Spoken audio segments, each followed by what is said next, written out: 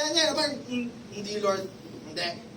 Mabubuhay ang anak ko. Amen? Amen. Hindi, di ba? Imagine mo. Kaya yung maganda Huwag lang natin saliksikin yung salita niya. Na parang, uy, maganda yan. Magandang verse yan. Ang saliksikin natin yung mismong si Lord ang kakausap sa iyo. Hindi lang si pastor. Hindi lang si leader. Hayaan natin na ang kunin natin na salita.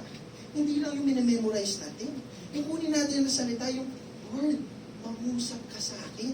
Lord God, gusto ko marinig na sa'yo mismo nang galing. Kasi doon lamang po tayo magkakaroon ng kasiguraduhan na ito, na sinabi mula sa Panginoon, yan, paggaling sa Kanya at sinabi niya, Sister Shunammite, magkakaroon ka ng anak at sa buhay mo, all will be well. Where there is nothing missing, nothing broken. Doon lang siya nagkaroon ng boldness at assurance.